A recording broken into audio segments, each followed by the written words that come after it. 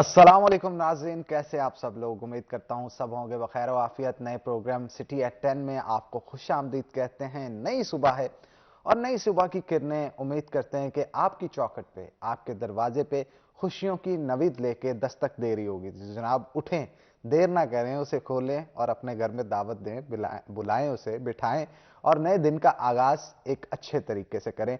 और हम ये भी दुआ करते हैं कि आज का दिन जनाब आपकी जिंदगी से तमाम परेशानियों को लेके कहीं दूर चला जाए, खुशियों की आमदें हों। और इसके साथ साथ आगे बढ़ते हैं जनाब। जैसा कि आपको पता है रोजाना की बुनियाद पे जो है वो मरियम फातिमा शो कर रही होती हैं और फातिमा को आप देखते हैं तो आज मुझे देख के थोड़ा परेशान तो हो रहे होंगे। तो जनाब फातिमा आज थोड़ी सी बिजी थी तो मैंने कहा चलें सीट संभालते हैं उनकी और आपसे गपशप करते हैं। तो सुबह सवेरे अगर अपनी नाजरीन से मिलने का मौका मिल जाए तो इससे अच्छी और क्या बात होती है। तो आगे बढ़ते हैं जनाब। जैसा कि रोजाना की बुनियाद पे आपको पता है कि हम कोई ना कोई एक ऐसी बात, एक ऐसी चीज आपके साथ शेयर करते हैं जिससे आपका दिन जो है वो अच्छा गुजरे, ना सिर्फ दुनिया में बल्कि आखिरत भी उसके साथ साथ सवरे। तो चलते हैं आज के सेगमेंट एक दिन एक नेकी की तरफ।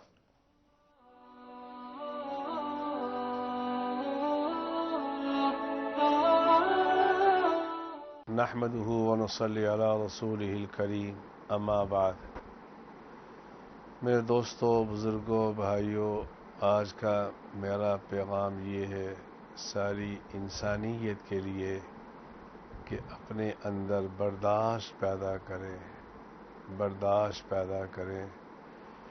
हम जिस नबी के हम उम्मती हैं, कुर्बान जाए मोहम्मद अरबी सल्लल्लाहु अलैहि व आलिहि वसल्लम के अखलाक हसना पर जब आप ताइफ के मैदान पे आपका खून निकला, हमारा ये अकीदा है सारी इंसानियत का खून जमा कर लिया जाए। रसूल अकरम सल्लल्लाहु अलैहि वसल्लम के खून के एक कतरे का भी मुकाबला नहीं किया जा सकता। उस हालत के अंदर भी मेरे नबी ने क्या, उसने अखलाक को अपनाते हुए फरमाया कि ये इनको पता नहीं है, चलो इनकी आने वाली नस्ल मुझ पर ज़रूर ईमान लेके आएगी। इसको कहते हैं बर्दाश्त। आज उम्मत में बर्दाश्त ख़त्म हो गई है। अल्लाह मुझे भी आपको भी बर्दाश्त की नेमत से नवाजे। व आखिर दावाना अल्हम्दुलिल्लाहि रब्बिल आलमीन। आमीन सुम्मा आमीन। अल्लाह ताला हमें इसी तरह ज़िंदगी में अच्छे काम करने की तौफीक देता रहे। और जैसा कि एक अच्छे पैगाम के साथ दिन की शुरुआत की जाए तो मेरा ख्याल है सारा का सारा दिन आपका अच्छा गुजरता है। और हम दुआ करते हैं कि इसी तरह जो सबक हमें अच्छे अच्छे सबक ना सिर्फ किसी एक से बल्कि all over the world, all over the city और अपनी फैमिली से लेकर बाहर तक जहां से भी सुनने को मिले उस पर अमल करने की कोशिश करें और अपनी ज़िंदगी को बेहतर बनाएं। तो आगे बढ़ते हैं जनाब। अब अगला सेगमेंट जो है वो बड़ा अहम है। अब वो कौन सा होगा जनाब? आज मौसम का, क्योंकि मौसम जो है वो आपके सेहत पे, आपके मूड पे बड़ा असरअंदाज होता है। तो चलते हैं टुडेज वेदर की तरफ।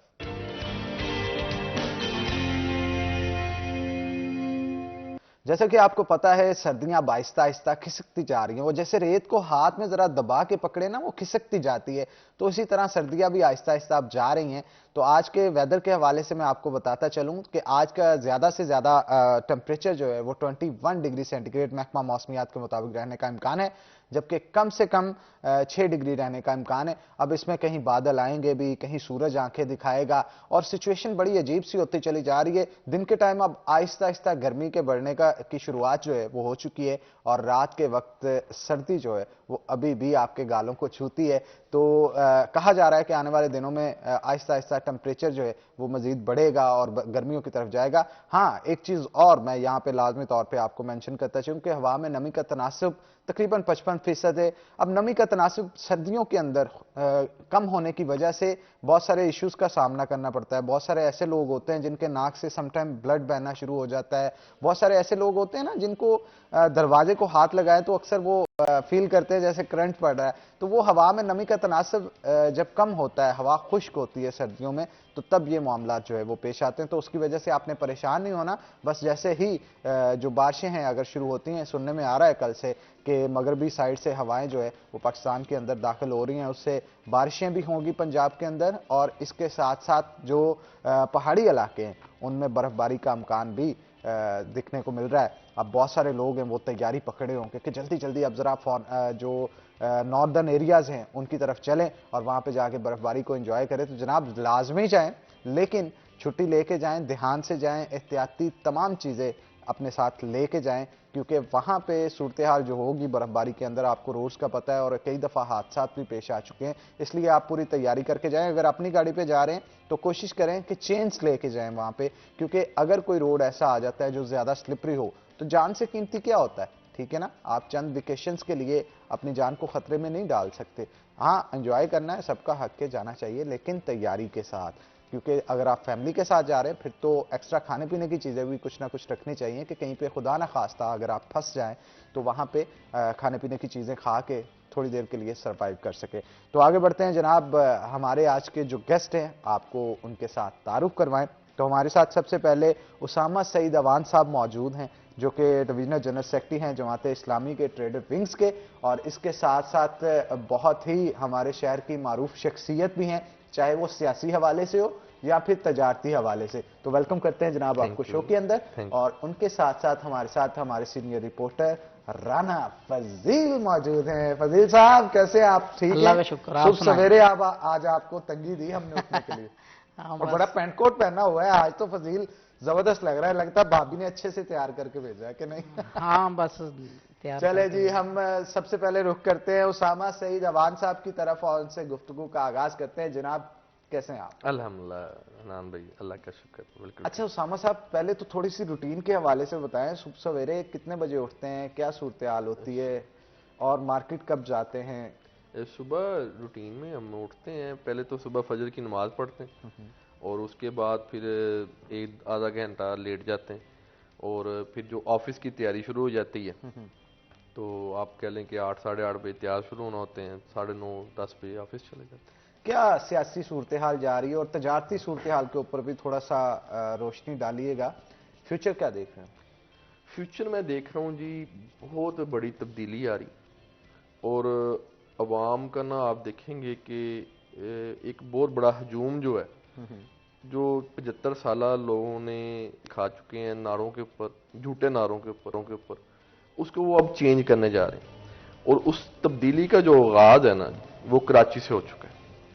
क्योंकि आप देखें कि इस वक्त जो सियासी हालात हैं, जो हमारे मुल्की हालात हैं, जो कारोबारी हालात हैं, आप अगर मैं ग्रास रूट लेवल से बात इसको शुरू करूं तो एक गरीब आदमी जो है, एक तनख्वाहदार आदमी है जिसकी 20 से 25 हज़ार रुपया तनख्वाह है, आप देखें कि वो बिजली का बिल कैसे देगा, वो अपने बच्चों की फीस कैसे देगा, वो सुई गैस का बिल कैसे देगा। और जो मेन आजकल इशू राशन का चल रहा है कि आटा हमारा ज़रई मुल्क है, गंदम इस हमारे पास वाफर मकदार में होने चाहिए इस मुल्क में, वो आटा ही नापैद हो चुका है। 160 रुपए किलो आटा मिल रहा है और सैकड़ों लोगों की लाइनें, और वो भी लाइनें ऐसे हैं कि एक मजदूर बंदा सुबह आता है और शाम को वो आटा घर लेके जाता है, जिसमें वो ढक्कम पेल का शिकार होता है, दलीलो ख्वार होता है। और हमने पिछले दिनों देखा, मीडिया, आपकी आंख नहीं, मीडिया की आंख ने दिखाया कि लोगों की अमवात हुई आटा लेने की। क्या हमारा मुल्क इसलिए बना था कि एक अब गरीब आदमी जो है वो एक बुनियादी जरूरत है उसकी आटा रोटी, वो उससे भी अपना वो नहीं ले सकता, हाथ धो बैठा है। और जो सियासी मंजरनामा है मुल्क में, डॉलर की सूरत हाल आप देखें किधर डॉलर पहुंच चुका है, हमारी इंडस्ट्री तबाह हो चुकी है। हमारे इस वक्त छोटे से छोटा ताजर और बड़े से बड़ा इंडस्ट्रियलिस्ट, वो भी अपना आप कह लें कि इस वक्त ना परेशानी का सामना कर रहा है। और बेशुमार मसाइल हैं जिस पे कोई हमारी गवर्नमेंट ने आज तक सीरियस होके काम किया ही नहीं। उन्हें सिर्फ जितने भी हमारे अवाने इक़्तिदार में लोग बैठे हैं, मैं समझता हूँ कि वो अपनी बंदरबांट पे इक़्तिदार को लेने के लिए और उसकी खींचातानी में लगे हुए हैं। ना उन्हें पाकिस्तान का कोई ख्याल है, ना पाकिस्तान की इमाम का कोई ख्याल। और जो आने वाला मंजरनामा है ना, मैं क्योंकि एक पॉलिटिकल वर्कर हूँ और ग्रास रूटर हूँ, पैराशूटर नहीं हूँ, तो ग्रास रूटर वर्कर होने के नाते मैं ये अवाम की पल्स देख रहा हूँ कि अवाम अब ये जो 75 साल पीछे निज़ाम चलता आ रहा था ना, वो अब आपकी मीडिया ने, क्योंकि मीडिया बड़ा वाइब्रेंट है, लोगों तक मैसेज उनके डोर स्टेप तक अपना बयानिया पहुंचा रहा है, तो लोग अब बड़ा ना उसको समझ चुके हैं, शौर हासिल कर चुके हैं। अब वो ये पुराने जितने भी स्लोगन थे, जितने नारे थे, उनको वो अब छोड़ चुके। और इंशाल्लाह ताला आने वाला ये जो इलेक्शन है ये भी साबित करेगा कि पाकिस्तान में हकीकी मानों में जमहूरियत होगी।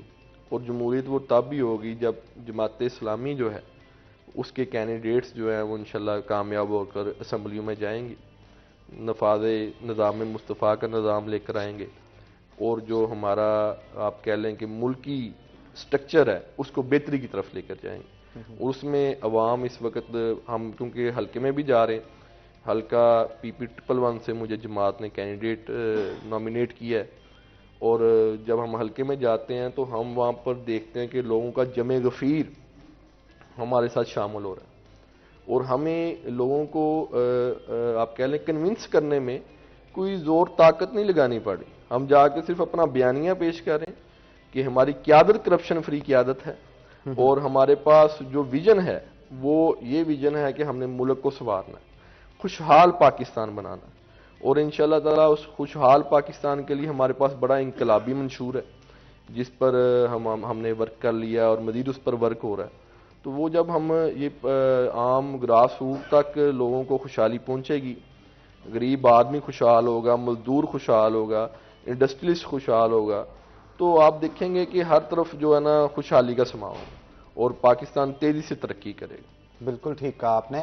राना फजील भी हमारे साथ मौजूद हैं, उनसे भी गुफ्तगू करते हैं। फजील, जो आटे की गुफ्तगू अभी ये कर रहे थे कि उसे लेने के लिए लंबी लाइनें लगी होती हैं और उसके बाद धक्कम पेल हो रही होती है, तो आप क्या कहेंगे? आपने खबर भी एक ब्रेक की थी जिसमें खातून रो रही थी, कलीमशीद पार्क के कहीं बाजार के अंदर वो आटे का ट्रक लगा था जिसे लेने के लिए खातून रो रही थी।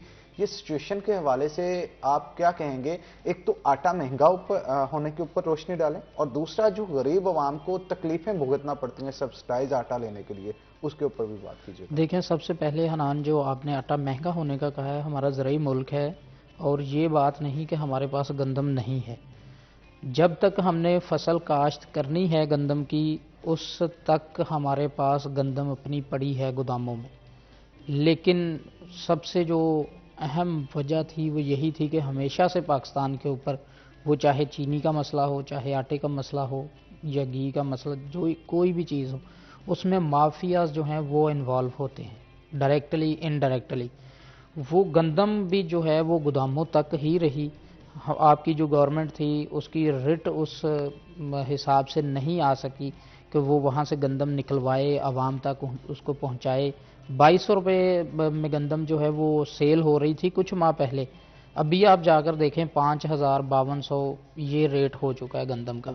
उसके बाद फिर गवर्नमेंट ने फैसला किया कि हम रशिया से गंदम मंगवाते हैं।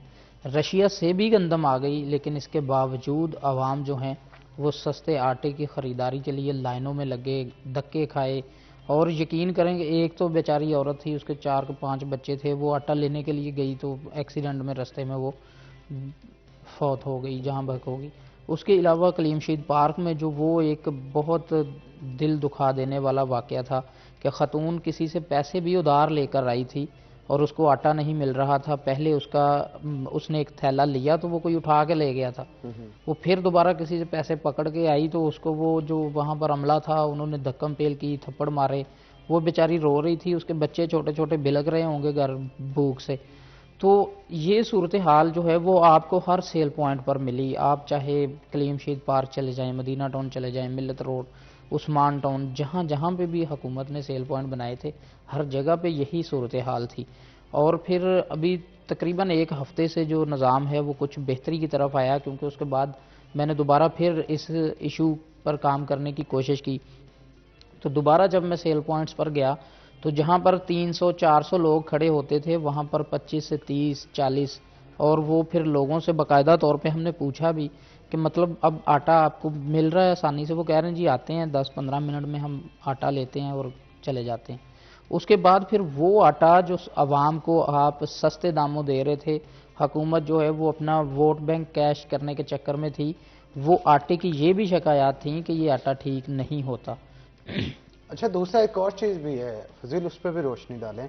इज दैट ट्रू कि सुनने में आया कि सब्सिडाइज आटा दूसरी दुकानों पे बेच दिया जाता है? बिल्कुल ऐसे ये सारी शिकायत बिल्कुल दुरुस्त हैं। लोग बताते हैं जब सेल पॉइंट्स पर जाते हैं अपने मोहल्लों का कि वहां पर क्योंकि दुकानों से गवर्नमेंट की तरफ से तो आटा बेचा जाता है, एक और को चीज देख के कि एक और अवाम चीज ज्यादा है, हाँ, आटे भी बिल्कुल ज्यादा बेचा जाए। बिल्कुल अब जब वो बीच में से ट्रक गायब होना शुरू हो जाएंगे तो बिल्कुल ऑटोमेटिकली शॉर्टेज तो होगी। देखिए हाँ, एक और भी चीज है, कुछ ऐसी दुकानें हैं कि जहां पर वो करियाना स्टोर्स हैं, वहां पर इंतजामिया की जानिब से उनको सेल पॉइंट बनाया गया है। उस बंदे का बाकायदा तौर पर लाइसेंस बना के उसको कोटा दिया जाता है सरकारी आटे का। वो क्या करते हैं कुछ दुकानदार के, एक तो वो 650 की 648 की बजाय 700 या 750 का आटे का थैला 10 किलो का देते हैं, और साथ में अपना सामान दुकान का कहते हैं ये खरीदेंगे तो फिर मिलेगा। ये मेरे पास मतलब दुकानें हैं, मुझे पता है। अभी आप ये चक जुमरा की तरफ जाएं, चक जुमरा की तरफ 700 से ऊपर आपको 10 किलो का थैला जो है वो अभी भी कुछ लोग ऐसे हैं अनासर जो बेच रहे हैं। उसके बाद चक जुमरा का ही एक गांव है, उस गांव के अंदर एक दुकानदार है, वो अपने साथ उसने कुछ चावल रखे हुए हैं, कुछ और चीज़ें रखी हैं, वो कहते हैं ये खरीदेंगे फिर आपको आटे का थैला मिलेगा, और मिलेगा भी 700 रुपये का। वो 50-52 रुपये ज़्यादा ले रहा है और दूसरा अपना सामान भी साथ दे रहा है। जिसने को सामान दूसरा नहीं लेना उसको आटा नहीं मिलना।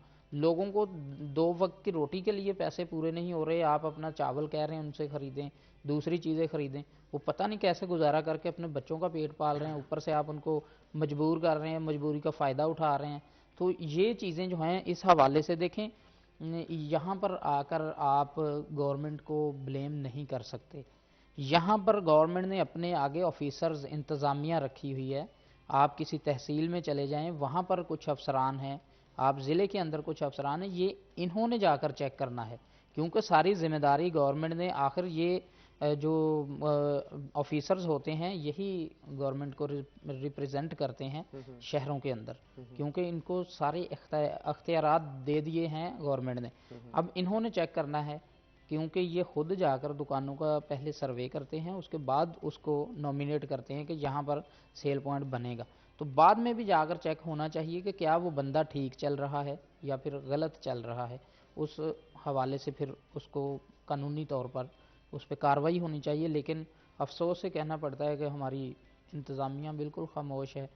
जितनी देर हमने ये इश्यूज़ उठाए हैं कि लोगों को ये परेशानी है, ये परेशानी है, किसी बंदे ने जाके, किसी अफसर ने जाके अपनी सीट छोड़ के वहाँ पर नहीं देखा कि आखिर वजह क्या है कि ऐसा क्यों हो रहा है। लोग एहतजाज पे उतर आए, एहतजाज के बावजूद एक जो एसी सिटी हैं वो 15 मिनट के लिए गए हैं उधर, और जाकर उन्होंने लोगों से कहा जी आटा आ गया उधर तो आप रोड खाली कर दें। वो कुछ लोग गए पार्क के अंदर, उन्होंने कहा जी आटे की एक गाड़ी आई है, फिर लोगों की इतनी लाइनें हैं, हम रोड नहीं खाली करेंगे। वो कलीम शहीद पार्क चौक में एहतजाज हो रहा था, आपके वो पता है आपको। हाँ, वो लोगों ने रोड नहीं क्लियर किया, लेकिन एसी सिटी वो थक हार कर चले गए। उसने कहा बस ठीक है, लोग हैं अब खुद ही चले जाएंगे, ये भी अक के। लेकिन बात ये है कि आपको अगर कुछ जिम्मेदारियां दी गई हैं, गवर्नमेंट ने आपको जिम्मेदारी दी है, तो आपको चाहिए कि उस जिम्मेदारी को आप अपना फ़र्ज समझते हुए निभाएं। बिल्कुल आप ठीक कहा आपने। ऑफिसेज को छोड़ के बाहर निकलें, फील्ड का आपका वर्क ही फील्ड वर्क है, तो आप दफ्तरों में बैठ के फिर वो अफसरशाही तो ना करें। बिल्कुल ठीक कहा। उसामा साहब, आप क्या कहेंगे? ये सूरत हाल तो काफ़ी नाजुक है, गरीब आवाम को काफ़ी मुश्किलात का सामना रहता है। मैंने आपको पहले भी ये इसका जिक्र किया कि ज़ाहिर है कि जो गरीब आवाम है, एक तो वो पहले इस हाल से बेहाल हुआ है कि उसने रोज़गार का कैसे अपना सिस्टम चलाना, और अगर उसे अपनी बुनियादी जो गंदम ही नहीं मिल रही, खुराक ही नहीं मिल रही, आटे लेने के लिए उसे इतना दलीलो ख्वार होना पड़ रहा है, तो ये एक ऐसा सिस्टम की तरफ हम मुल्क को ढकेल रहे हैं, मैं समझ रहा हूँ कि ये अनारकी की तरफ चला जाएगा कि अब बंदा अगर अपने बच्चों को रोटी जब नहीं दे, हर चीज़ बर्दाश्त कर सकता है एक इंसान, वालिद या एक माँ, लेकिन जब वो अपने बच्चों को भूख से बलकते देखते हैं, वो बुनियादी ज़रूरत का फुकदान हो, उन तिकर वो आटा जैसी चीज़ भी, रोटी जैसी चीज़ भी वो ना खिला पाए, बिल्कुल ठीक तो कह रहे हैं आप। उन्होंने फिर इसके एजिटेशन ही करनी है, एहतजाज ही करना है। और इस पर मजीद भी गुफ्तगू करेंगे, लेकिन एक छोटी सी ब्रेक के बाद। नाज़रीन, यहाँ पे एक ब्रेक ले रहे हैं, ब्रेक के बाद दोबारा हाजिर होते हैं। कहीं मत जाइएगा, हमारे साथ रहिएगा।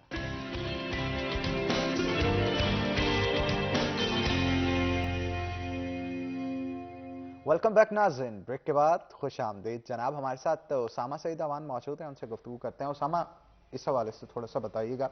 पहले मुस्लिम लीग नून के टिकट से आपके भाई जो हैं लड़ने की कोशिश कर रहे थे और बड़े कम मार्जिन के साथ जो सिटी के यूथ के इलेक्शन हुए थे उनमें उन्होंने लूज़ किया था, लेकिन वर्किंग बहुत अच्छी थी। तब मैंने उनको देखा कि कंपेन भी बड़ी ज़बरदस्त कर रहे हैं, पढ़े लिखे नौजवान थे, कम्पिटेंट थे। अब नून लीग से अचानक जो है वो जमात इस्लामी की तरफ आप चले गए, तो इस हवाले से ये जर्नी जो रही, इसके ऊपर ज़रा रोशनी डालें। हनान भाई, नून लीग से बेसिकली बहुत पुराना रिश्ता था, और वो कोई आप कह लें कि 2-4 सालों की बात नहीं। हमारे ख़ानदान का 32 साला रिश्ता जो है, आपके वालिद मोहतरम ने इस पे हाँ जी, एक बड़ी पीछे लेगेसी थी। और 1990 से 2022 जो था, 16 दिसंबर 2022 को हमने ज्वाइनिंग दी जमात इस्लामी को। उसके पीछे ना कई वजूहात। सबसे पहले मैंने जमात इस्लामी को जिस पॉइंट से ज्वाइनिंग की, जो पहले आपने मेरे भाई के इलेक्शन के हवाले से बात की, वो 2016 का इलेक्शन था म्यूनसिपल कॉरपोरेशन का, मलिक हाक मीन अवान भाई का। नो डाउट हमने बहुत मेहनत भी की, और वो मेरिट पे भी थे, तालीम के हवाले से भी। कंट्रोवर्शियल नहीं था हो गया बाद में, जब टिकट पहले कह भी दिया गया किसी हद तक के मिल रहा है, फिर लास्ट पे जाके सिचुएशन भी वो जरा चेंज कहाँ पे आया? सर, मैं बस वो यही बताना चाहता हूँ कि हमारी जो लीडरशिप है ना, अगर कोई बंदा आपको वाइब्रेंट लगे, बोलने वाला लगे और बात करने वाला चाहिए, तो वो आगे नहीं आ सकता। ये एक मेन प्रॉब्लम है, ठीक है।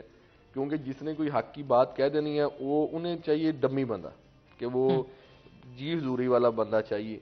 तो वो जी हजूरी वाले हम हैं नहीं, वो हमारे ब्लड में चीज़ शामिल नहीं है कि हमने अगर किसी पॉइंट पे खड़ा होना है, स्टांस लेना है, तो फिर उसे पूरा फेस करना है, चीज़ों को लेके चलना।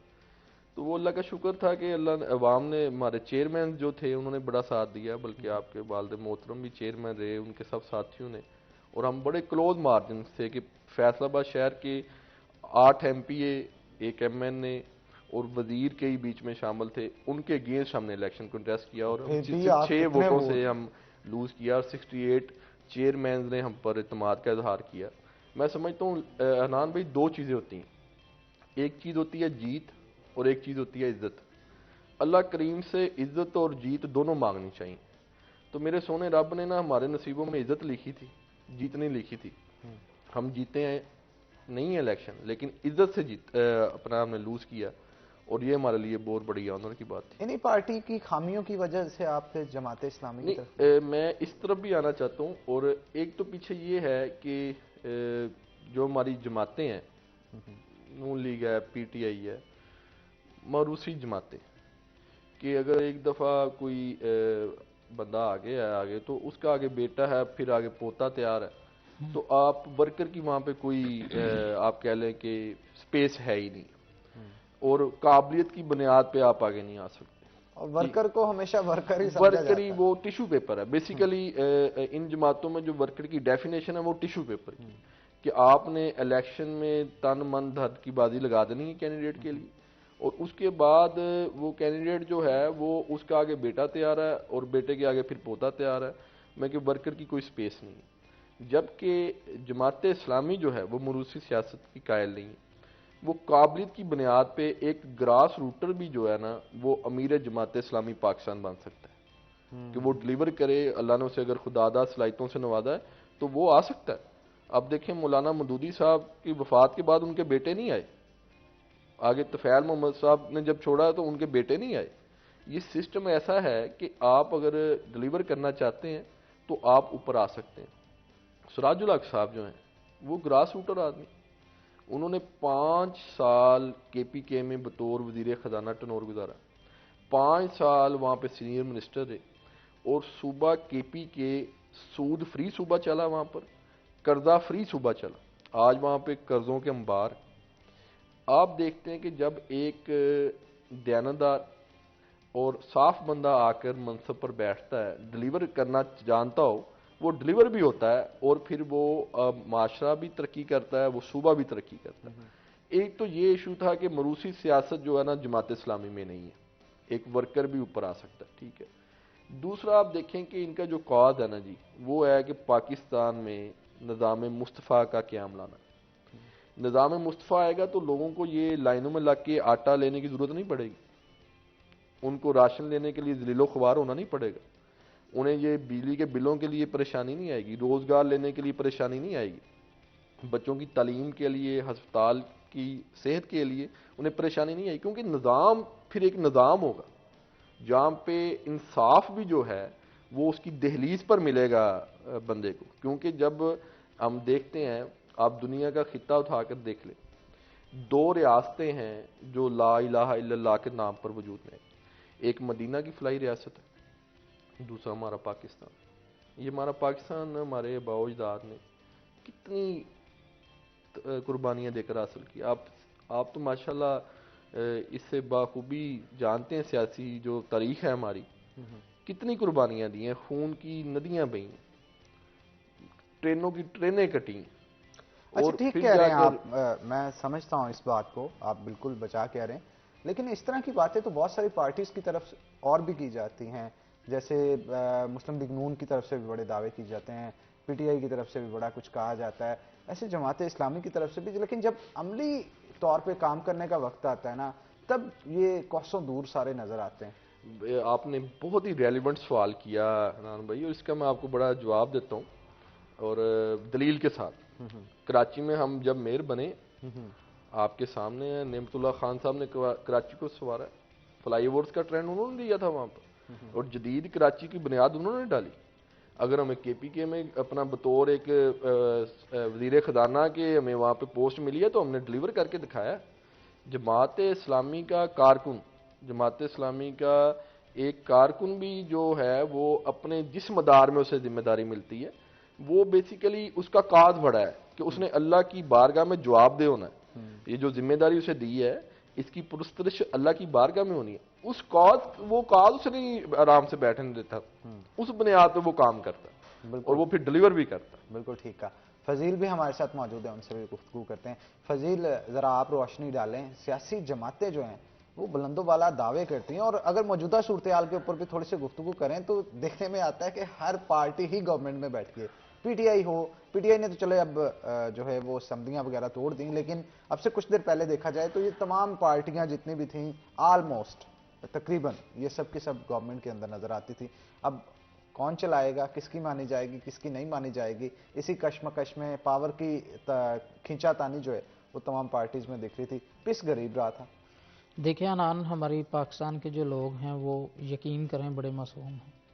वो हर इलेक्शन के बाद जो दावेदार होते हैं उनके दावों को भूल जाते हैं। लेकिन ये टाइम एक ऐसा टाइम था कि आपको मौका दिया अल्लाह ताला ने, ये तमाम सियासी जमातों को इक़्तिदार के अंदर बिठा कर कि जो आपसे ये सब दावे करते हैं कि पहले वो थे अब हम ये कर देंगे, ये सोचने का एक मौका दिया है कि आप सोचें कि ये सारे बंदे तो हुकूमत के अंदर थे, हर किसी को चांस मिला है, तो ये करते क्या हैं आवाम के लिए। अब आवाम ने तो वोट देना है, ये हक है, हमारे मुल्क का हक है कि आपने वोट कास्ट करना है। आपकी जो भी पार्टी हो, आप चाहे एक शहरी हों, एक सहाफ़ी हों, एक वकील हों, डॉक्टर हों, जो भी है, आप वोट तो देंगे। लेकिन सबसे पहले ये सोचें कि हमारे मुल्क के लिए बेहतर कौन है, आप उसको वोट दें। और ये किसी के कहने पर बेहतरी नहीं आती कि वो बंदा बेहतर है आप उसको वोट दें, नहीं, ये आपने खुद सोचना है। जब हर बंदा अपनी सोच के मुताबिक चलकर किसी को वोट देगा, इलेक्ट करेगा अपने जो पार्लियामेंटेरियंस हैं, तो उसके बाद बेहतरी आएगी। अगर लोगों के कहने पर बरादरी बेस पे या फिर दोस्ताने के तौर पे ऐसे वोट्स जब तक कास्ट होते रहेंगे, या फिर कुछ तो ऐसे इलाके हैं कि जहाँ पर तो हर इलेक्शन के अंदर लोग करोड़ों रुपए खर्चते हैं सिर्फ मजीद उस ये सीट की भी, खातिर। ये जो चीज़ें आप डिस्कस कर रहे हैं ना, बड़ी अहम है। और ये कुछ मामला ऐसे हैं जो कि मैंने अपनी आंखों से यानी शाहिद हूँ इस चीज़ का, इलेक्शंस के करीब देखने को मिलते हैं। लोग आईडी कार्ड्स लेके आ जाते हैं, किसी के बिल्कुल पास 20 होते हैं, किसी के पास 40, किसी के पास 500 आईडी कार्ड होता है। जनाब ये पूरी की पूरी फैमिली के हैं, बताएं क्या देंगे इसका। तो बिल्कुल जब आप शॉर्ट टर्म सुकून की तरफ जाएंगे कि 500, 1000 या 2000 या 5000 आपको मिल जाएगा, या इतने आईडी कार्ड लाने पे बाइक मिल जाएगी आपको, बिल्कुल। जब इन कामों की तरफ आप जाएंगे तो फिर ऑलमोस्ट अगले 5 साल तो आप अपने खराब कर ही रहे हैं। देखिए हनान, जब आपने अपना वोट बेच देना है, आपने देखना कुछ नहीं, सिर्फ अपने वो एक वक्त देखना है कि मुझे वक्ती तौर पर इतना इसका जो मुआवजा है वो मिल रहा है, तो फिर तो वो आप सोचें भी ना कि आपके और आपके मुल्क के हालात जो हैं वो बेहतर होंगे, क्योंकि ये बेचने वाली चीज़ नहीं, ये एक अमानत है। और आपने अब वो फिर अमानत में ख़यानत की, जो कौमें अमानत में ख़यानत करती हैं फिर अल्लाह ताला उनको सज़ा भी देता है उस चीज़ की। तो ये सिर्फ एक नहीं, हर जगह पे पाकिस्तान के अंदर ये ट्रेंड बन चुका है कि लोग जो हैं वो पैसे लेकर वोट्स देते हैं।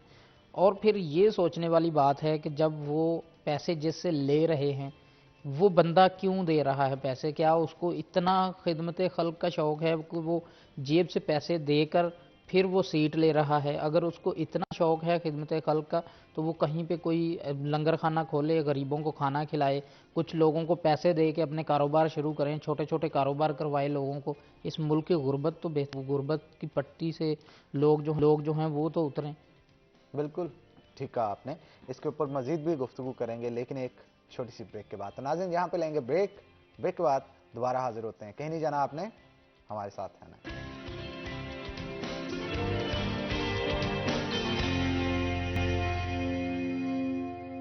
वेलकम बैक नाज़रीन, ब्रेक के बाद खुश आमदीद जनाब। तो जैसा कि आपको पता है कि महंगाई दिन ब दिन बढ़ रही है, उस महंगाई की वजह से बहुत सारी परेशानियों का सामना आम आवाम को करना पड़ा है। अब बल्कि मैं ये नहीं कहूँगा आम आवाम को, बल्कि ख़ास जो हैं वो भी अफेक्ट होना इससे आहिस्ता आहिस्ता शुरू हो गए। तो घर में जब कुछ बनाना होता है, पकाना होता है, तो उसको लेके ख़वातीन आजकल बड़ी टेंशन में रहती हैं। क्या बनाएं, दाल बनाएं, सब्ज़ी बनाएं, या इसमें कुछ अगर गोश्त डालना है तो वो तो नामुमकिन सा हो गया है, क्योंकि गोश्त और सोने के भाव आहिस्ता आहिस्ता बढ़ते ही चले जा रहे हैं, कम होने का नाम नहीं ले रहे। लेकिन आज के भाव क्या होंगे, क्या सूरत हाल होगी मार्केट के अंदर, वो देखेंगे आज के भाव में।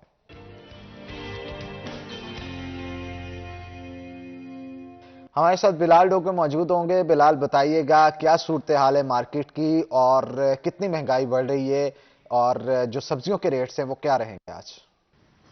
जी बिल्कुल, मार्केट कमेटी फैसलाबाद की जानिब से आज बरोज़ हफ्ते की रेट लिस्ट जो जारी कर दी गई है।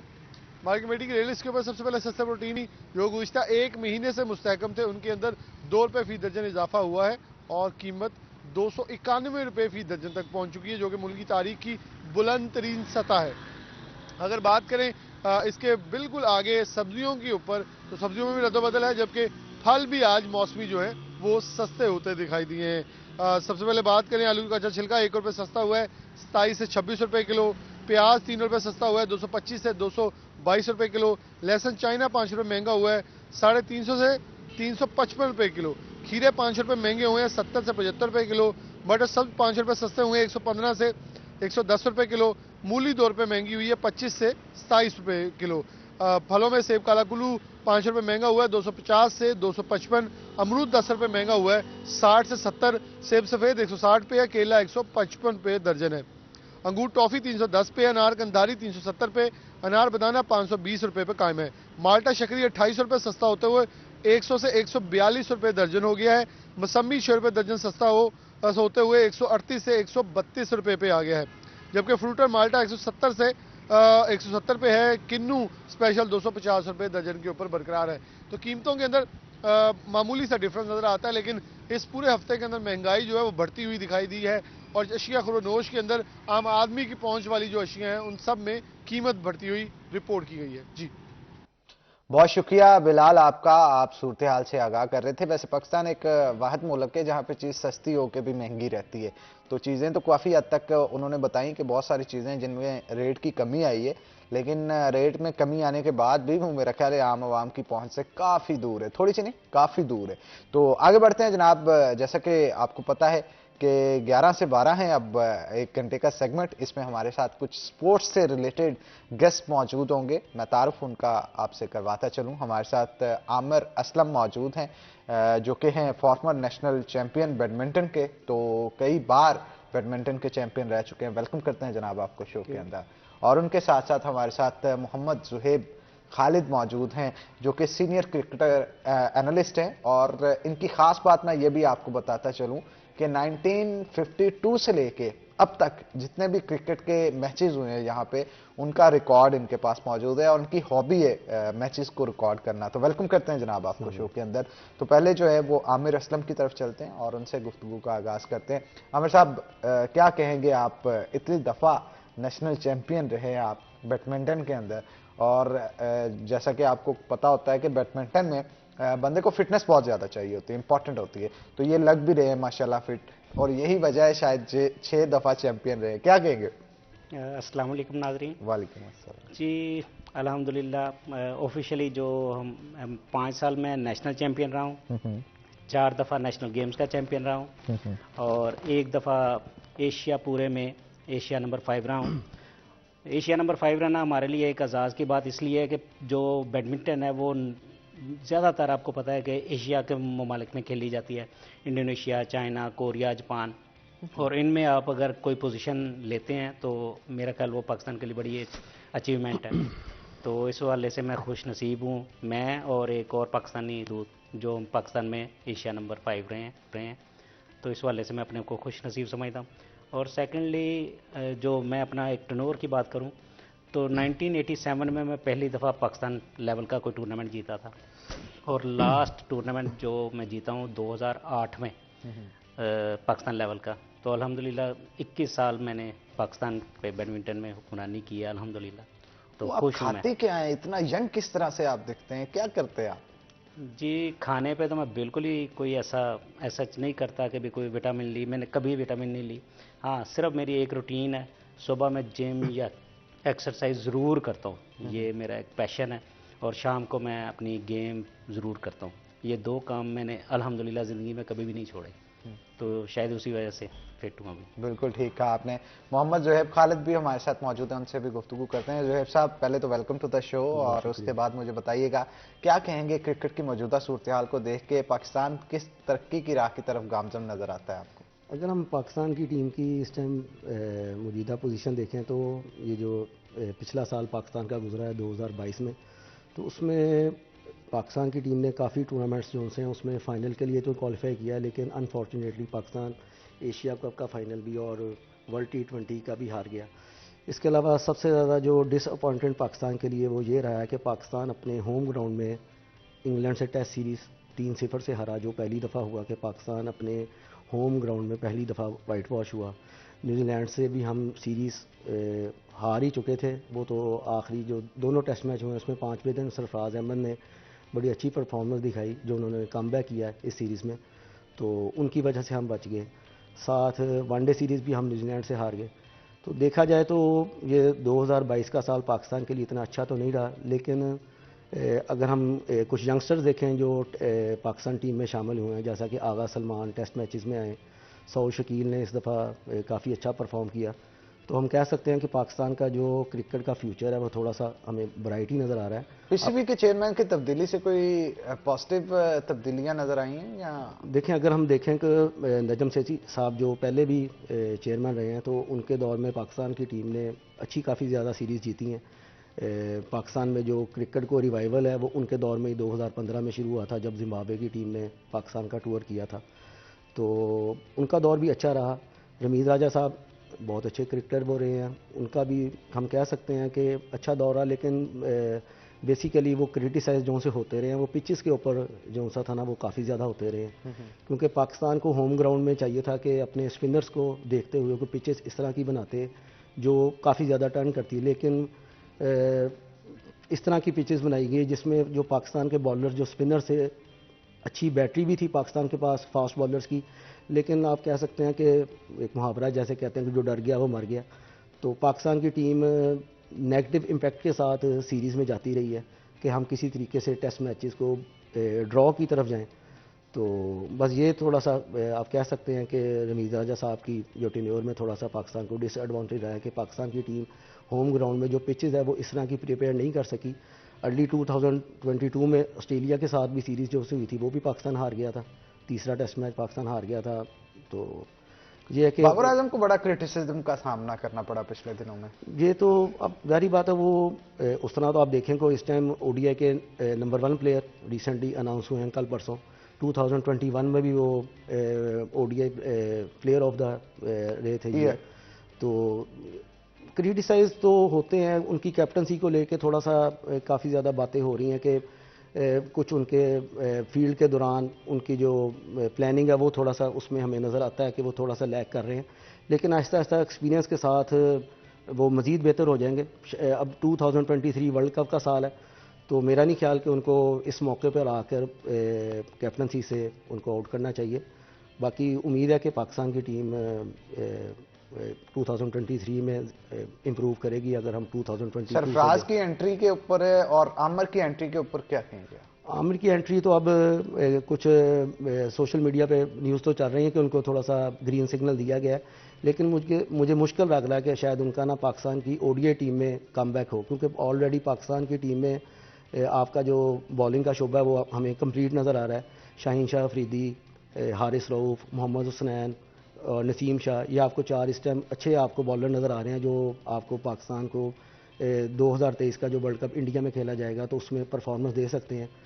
तो बाकी देखें, जैसे मैंने आपको बताया कि 2023 का ये ईयर है। बाकी अगर हम सरफराज अहमद को देखें तो उन्होंने बहुत अच्छा कमबैक किया है। वो अच्छा चीज़ सरफराज अहमद के लिए ये थी कि वो 2-3 साल से पाकिस्तान के साथ टूर्स पे रहते थे।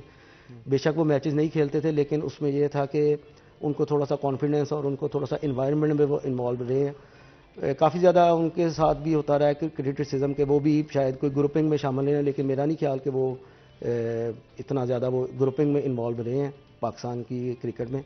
अच्छा उनका कैप्टनसी रिकॉर्ड था, T20 में पाकिस्तान नंबर 1 पे रहा। आईसीसी चैम्पियन ट्रॉफी उनकी कैप्टनसी में पाकिस्तान ने 2017 में जीती। तो बहुत अच्छा उन्होंने कमबैक किया और मुझे लगता है कि मोहम्मद रिजवान शायद वनडे और T20 में पाकिस्तान के लिए अब ज़्यादा खेलेंगे और फिलहाल कुछ अर्सा हम सरफराज अहमद को ही देखेंगे। बिल्कुल ठीक कहा आपने। अच्छा, ज़रा ये जो यूनिक शौक आप में पैदा हुआ कि रिकॉर्ड सेव करना, फिर कितने जीबी का डाटा, बल्कि टेराबाइट्स का होगा मेरे ख्याल में, और ये डाटा सेव कहाँ से किया, कलेक्ट कहाँ से किया, और इसे कहीं पे आपने लगाया भी है कि जनरल पब्लिक कोई उन दिनों के मैचेस निकाल के देखना चाहिए? 91 में फर्स्ट टाइम मैंने ना क्रिकेट के मैचेस रिकॉर्ड शुरू किए थे। 10 साल की मेरी एज थी। बेसिकली मेरे अंकल एक हैं, फूफा मेरे रिश्ते में वो लगते हैं, वो हमारे घर आते थे, तो उनको भी ना कुछ मैचेस का शौक़ होता था रिकॉर्ड करने का। तो मैं उनके टेप्स जब देखता था तो बस थोड़ा सा मुझे शौक़ पैदा हुआ। शारजा का जो 91 में हुआ था जिसमें आकिब ने फाइनल में 7 विकेट्स लिए थे, हैट्रिक की थी, वो मैंने पहली सीरीज़ जो उनकी अभी रिकॉर्ड की खुद टेप्स के ऊपर। उसके बाद वर्ल्ड कप 92 हुआ, वो मैंने खुद सारा रिकॉर्ड किया। तो बस वो वर्ल्ड कप 92 आपको पता है कि पाकिस्तान चैम्पियन बना था। उसके बाद फिर और ज़्यादा इस शौक़ में मैं पड़ गया। तो उस टाइम मैं एज भी मेरी 12-13 साल थी, तो स्कूल गोइंग भी मैं था। तो मैं इवन के जब स्कूल भी जाता था तो उसके बाद मैंने कुरान पाक भी हिफ्ज़ किया 96 में, माशाल्लाह। तो ये था कि मैं VCR मेरे पास थे, उसके ऊपर मैं टाइमर्स वगैरह ना लगा के जाता होता था उस टाइम पे, कि अगर मैं घर में नहीं हूँ तो वो ऑटोमेटिक रिकॉर्डिंग शुरू होती थी। 11 बजे से लेके 12 बजे तक रिकॉर्डिंग शुरू हो जाती थी। अपने सारा डाटा को कन्वर्ट किया। उसके बाद अब मैंने जो सा अपना तकरीबन सारा डाटा जो सा उसको डिजिटल फॉर्म में ले गया हूँ। कह सकते हैं कि तकरीबन। मैं चाहूँगा आपकी बात काट रहा हूँ, हमारे साथ एक कॉलर भी मौजूद हैं, कॉल ले लेते हैं। अस्सलाम वालेकुम जी। वालेकुम अस्सलाम। जनाब अली, कैसे हैं आप? जी सर, अल्लाह का शुक्र, बिल्कुल ठीक। कौन साहब और कहाँ से बात कर रहे हैं? मैं सर फैसलाबाद से बात कर रहा हूँ, शाहिद साहब किस इलाके से? मैं सर निशाताबाद से बात कर रहा हूँ। वाह जी वाह, निशाताबाद से हमारे साथ शाहिद साहब मौजूद हैं। शाहिद साहब क्या पूछना चाहेंगे आप? सर मैंने पूछना यही था कि देखिए हमारे से छोटा मुल्तान, हम उससे ज्यादा डेवलप हमारा सिटी है, लेकिन उसके बावजूद भी हमारे पास ना कोई PSL के मैच होते हैं, ना यहाँ पे कोई इंटरनेशनल मैच होते हैं। और इसके अलावा सर हमारे पास कोई एक्टिविटीज भी नहीं है, ना यहाँ पे जू वगैरह कोई चीज है कोई अच्छे लेवल का।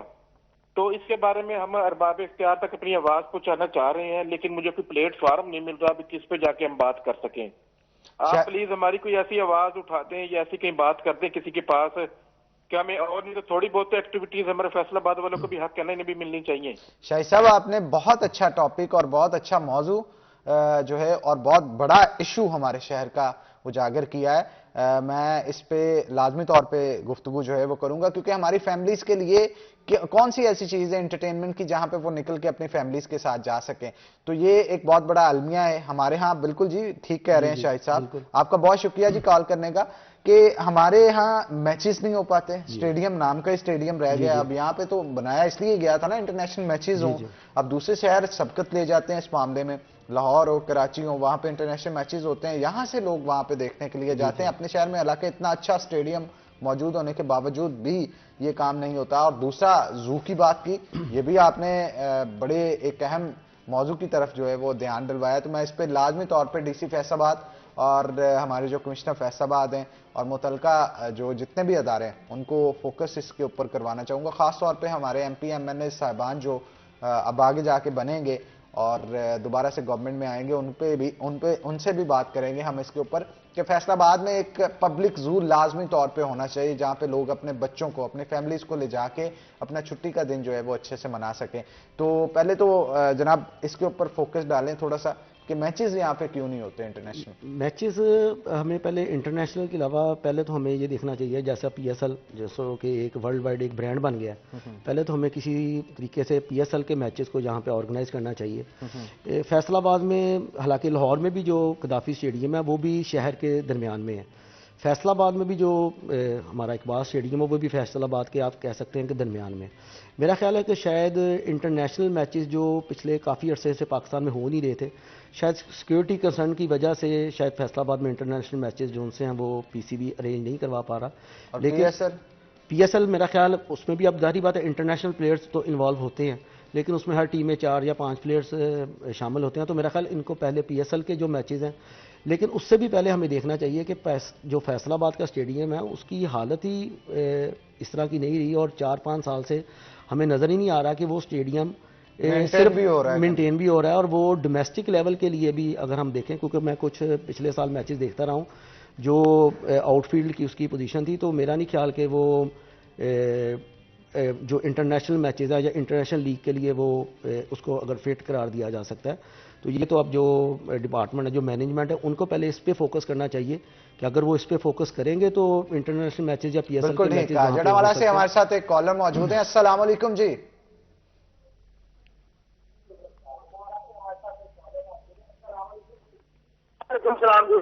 जनाब अली, मैं आपसे गुजारिश करूंगा जरा अपने टीवी का वॉल्यूम आप कम करें, ताकि आप ही की आवाज जो हमें पलट के आ रही है वो जरा कम हो सके और हम आपसे एक अच्छे से गुफ्तगू कर सकें। भाई वॉल्यूम कम है, बिल्कुल वॉल्यूम तो। ओके जी, मुझे बताएं क्या पूछना चाहते हैं जनाब आप? पूछना ये चाहते हैं कि पाकिस्तान के इंटरनेशनल मैच कब होंगे, कौन सी टीम पाकिस्तान में आ रही है? भाई प्यार से पूछ ले, मुझे तो लग रहा है मैंने पता नहीं आपसे डांट खा रहा हूं। लेकिन जमशेद साहब, आप मुझे ये बताएं कि आप जड़ावाला के किस इलाका से बात कर रहे हैं?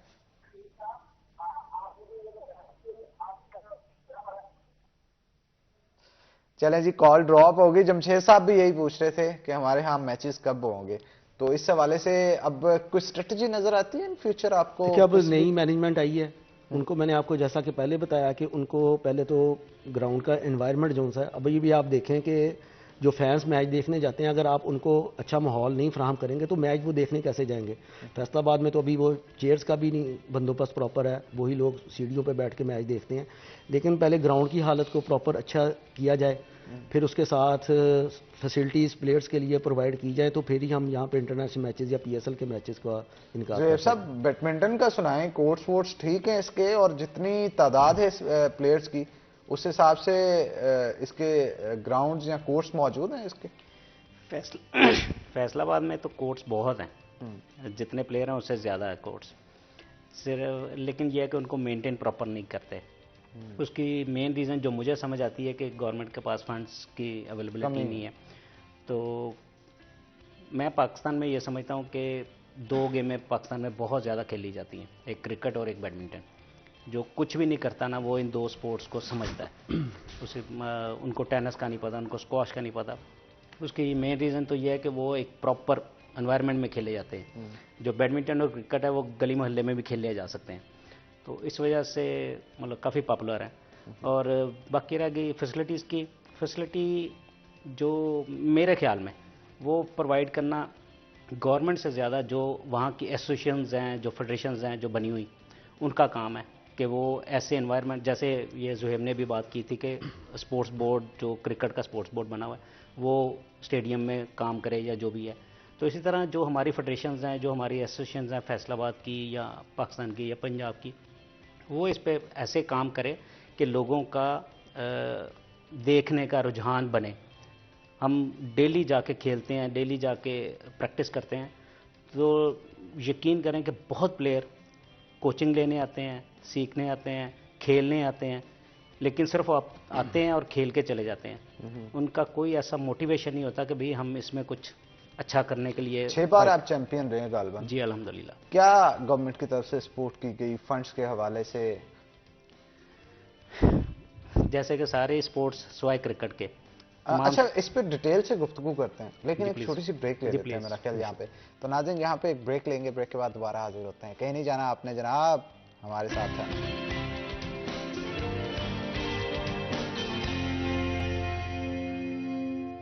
वेलकम बैक नाज़रीन, ब्रेक के बाद खुश आमदीद। जोहेब साहब हमारे साथ मौजूद हैं। जोहेब साहब, बताइएगा, जो सवाल आपसे किया था कि अमर साहब कि आप 6 दफ़ा रहे हैं बैडमिंटन के चैंपियन, तो गवर्नमेंट की तरफ से क्या सपोर्ट की गई आपको? जी, गवर्नमेंट की तरफ से सपोर्ट के लिए मैं खैर कभी भी इस चीज़ के हक में नहीं है, तो गवर्नमेंट का ये काम नहीं है। बेसिकली जो ओहदेदार हमारे हैं फेडरेशन में, एसोसिएशंस में या जहाँ पे भी हैं, बेसिकली ये उनका काम है कि वो अपने प्लेयर्स को या फैसिलिटीज़ भी दें और उनको हाईलाइट भी करें।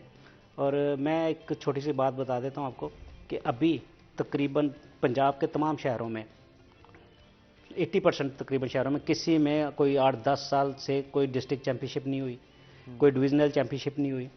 तो अगर इस तरह के टूर्नामेंट्स नहीं कोई करवाए जाएंगे तो कैसे कोई मोटिवेट होगा, कैसे प्लेयरों को पता चलेगा कि ये मैचेस भी हमने खेलने होते हैं। अगर कहीं पे मैचेस होते भी हैं तो वो अपने लेवल पे कोई देहातों में होते हैं, ओपन में, तो वो करवाते हैं। बेसिकली ये हम सिर्फ बैडमिंटन की बात नहीं कर सकते, हम तकरीबन ज़्यादा गेम्स में यही सिचुएशन है। फेडरेशन पंजाब एसोसिएशन को नहीं पूछती, पंजाब एसोसिएशन आगे डिस्ट्रिक्ट्स को नहीं पूछती कि भाई आप चैंपियनशिप क्यों नहीं करवा रहे, आपने ओहदे लेके रखे हुए हैं तो क्यों नहीं करते, या पाबंदी लगाएं उन पर या कोई जुर्माने करें कि भाई टूर्नामेंट आप क्यों नहीं करवाते। जब तक टूर्नामेंट्स नहीं होंगे उस वक्त तक कोई भी गेम, ये नहीं मैं कहता कि सिर्फ बैडमिंटन, कोई भी गेम इंप्रूव नहीं करेगी। बच्चों को मोटिवेशन नहीं मिलेगी, बच्चों को देखने, जब वो प्लेयर को देखेंगे खेलता हुआ, उन्हें ज़ाहिर एक जोश आएगा। बैडमिंटन को लेके इंटरनेशनली किस मुल्क के प्लेयर्स में सबसे ज़्यादा पैशन नज़र आया आपको? बैडमिंटन चाइना सबसे आगे है। वो 80% इंडोर्स गेम को बहुत प्रेफर करता है। अच्छा, चाइना की क्रिकेट टीम मेरा ख्याल गालिबन नहीं है, क्यों जी? नहीं, चाइना की क्रिकेट टीम अब आ गई है। मैंने अक्सर देखा है कि चाइनीज ज्यादा जो होते हैं ना इंडोर गेम पे फोकस करते हैं, ये फुटबॉल क्रिकेट इससे जरा मतलब उतना लगाव नहीं इनको नजर आता। टेबल टेनिस पे बहुत आगे हैं, आप ओलंपिक्स के गेम्स देख लें उसमें बड़े आगे हैं, तो ये चीजें ज्यादा इन पे जिस तरह की टीम था, जिस तरह इवन के आप चाइना देख लें या इवन के आप हांगकांग की टीम क्रिकेट में काफ़ी देर से है, इसमें ज़्यादातर जो प्लेयर्स हैं वो बेसिकली हांगकांग के काम ही होते हैं, श्रीलंकन हो गए, पाकिस्तानी हो गए, जो वैसे ही वहाँ पे रहाइश पजीर हैं, तो वो लोग जो हैं वो इनकी टीम्स में ना ज़्यादा कंट्रीब्यूट करते हैं और वो वहाँ पे खेलते हैं। चाइना की टीम भी अभी आ चुकी है, लेकिन अभी उनको काफ़ी ज़्यादा टाइम लगेगा। चाइना के बारे में मैं एक 1990 में एशियन गेम्स खेलने गए ना, तो वहाँ पे उस वक्त कोई इंग्लिश का भी बहुत ज़्यादा रुझान नहीं था, ज़्यादा लोग नहीं बोलते थे। तो वो लोग उस वक्त ये कहते थे, जो हमारे साथ इंटच थे, कि भाई आप में एक गेम वो भी खेली जाती है जिसमें वो एक बॉल और एक बंदा सिर्फ खेल रहे होते हैं और बाकी सारे को 11 बंदे 12 बंदे देख रहे होते हैं। वो कोई, उनको नाम भी नहीं प्रॉपर उस वक्त आता था, 1990 की बात कर रहा हूँ। तो अब तो ज़ाहिर मीडिया ने इतना पॉपुलर कर दिया क्रिकेट को कि दुनिया के शायद हर मुल्क में खेली जाती है या देखी जाती है। बिल्कुल ठीक है। फिटनेस कितनी इंपॉर्टेंट होती है खेल को लेके, खासकर तौर पे अगर बैडमिंटन की बात करें? फिटनेस बल्कि कहना चाहिए कि फिटनेस है तो सब कुछ ही है। इवन आम जिंदगी में भी फिटनेस है तो सब कुछ ही है। तो गेम कोई भी हो, पहले किसी ज़माने में, आज से अगर 15-20 साल पहले चले जाएं तो क्रिकेट में जो है ना फिटनेस इतनी मैटर नहीं करती थी। जैसे माइक गैटिंग और बहुत सारे प्लेयर आपको ऐसे मिलेंगे जो बहुत ज़्यादा फिट नहीं थे लेकिन दुनिया के। लेकिन अब आप इवन क्रिकेट में भी जब तक आपको बहुत फिटनेस नहीं होगी तो आप अच्छा परफॉर्मेंस नहीं दे सकते। तो सेम इस तरह बैडमिंटन तो खैर वैसे ही दुनिया की फास्टेस्ट रैकेट गेम है।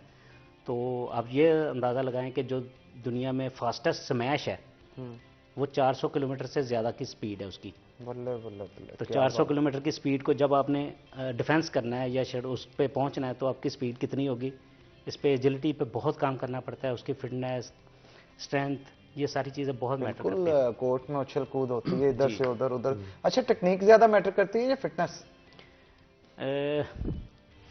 दोनों अपनी जगह बहुत इंपॉर्टेंट है। मेरे ख्याल में टेक्निक ज़्यादा मैटर करती है। अब छोटी सी एग्जांपल दे देता हूँ कि मेरी ज़ाहिर है जब मैं इतना मतलब अब इतना फिटनेस पे नहीं कॉन्सेंट्रेट करता जितना एक जवान बंदा करता है। तो लेकिन बहुत सारे ऐसे प्लेयर अभी भी हैं कि जो मुझसे फिटनेस में शायद बहुत ज़्यादा को 3 जो है ना वो जगह फिट होंगे, लेकिन वो मुझसे स्टेमिना में हार जाते हैं। इसकी वजह सिर्फ ये है कि उनके पास टेक्निक नहीं है, टैक्टिस नहीं है। वो मुझे कम भगाते हैं, मैं उन्हें ज़्यादा भगाता हूँ कोर्ट में। इधर को मार दी उधर को तो मार दी। वो मुझसे ज़्यादा जल्दी थक जाते हैं कोर्ट में। तो सिर्फ ये इम्पोर्टेंस है, टेक्निक और प्रैक्टिस जो है ना वो ज़्यादा इम्पोर्टेंट है फिटनेस से। यादगार मैच कौन सा था आपका? यादगार जी 2 या 3 मैच। एक तो जो पहला नेशनल का फाइनल था उसमें साकिब मजीदा जो बाद में वो नेशनल चैम्पियन भी बना, वो उससे मैं 3 सेट में जीता और इतना लंबा मैच हुआ कि उसके बाद मुझे बहुत ज़्यादा लूज मोशन लग गए और उसे म्यू हॉस्पिटल लेके जाना पड़ा। लाहौर में था मैचेस। अच्छा। तो मतलब बहुत लंबा मैच हो गया था। तो मेरी फिटनेस बहुत अच्छी थी अल्हम्दुलिल्लाह, तो मैं तो सर्वाइव कर गया, वो नहीं कर सका। और एक मैच इसी तरह सेमीफाइनल, शकील इजाज़ लाहौर का प्लेयर था, नेशनल बैंक में, आजकल स्टेट बैंक में, उससे मैच हुआ था। उस वक्त मुझे 103 बुखार था, तो उससे मैं बड़ी मुश्किल से मर मर के जीता। तो उसके बाद मुझे डॉक्टर हॉस्पिटल में लेके गए। तो ये 2 मैच मुझे बहुत अच्छे। ठीक है, ओके जी। आप बताइएगा, ये रिकॉर्ड जो आपने रखा है अगर किसी ने ये हासिल करना हो तो कहाँ से कर सकता है? ये तो मेरे पास अब कलेक्शन पड़ी है। जैसे आपको मैंने बताया कि टेप्स की फॉर्म में था, टेप्स भी अभी मेरे पास मौजूद है, बाकी डीवीडीज़ की फॉर्म में था। अब मैं डाटा अपना जो सा सारा है उसको कन्वर्ट तकरीबन कर चुका हूँ MPEG-4 फॉर्मेट में। तो अब उसको अब ऑनलाइन ड्राइव में जो सा है वो मैं अब आहिस्ता आहिस्ता उसको मैं अपलोड कर रहा हूँ। यूट्यूब के ऊपर करेंगे? नहीं, यूट्यूब के ऊपर तो हम बेसिकली थोड़े से क्लिप्स ही लगा सकते हैं, लेकिन उस पर कॉपीराइट इशू? हाँ जी, पिछले 2-4 साल से थोड़ा सा ये काफ़ी ज़्यादा लोगों का ICC के साथ और डिफरेंट बोर्ड्स के साथ। अब आपको मैं सिर्फ ये मिसाल दे देता हूँ कि PCB हमारा कि अपना बोर्ड है।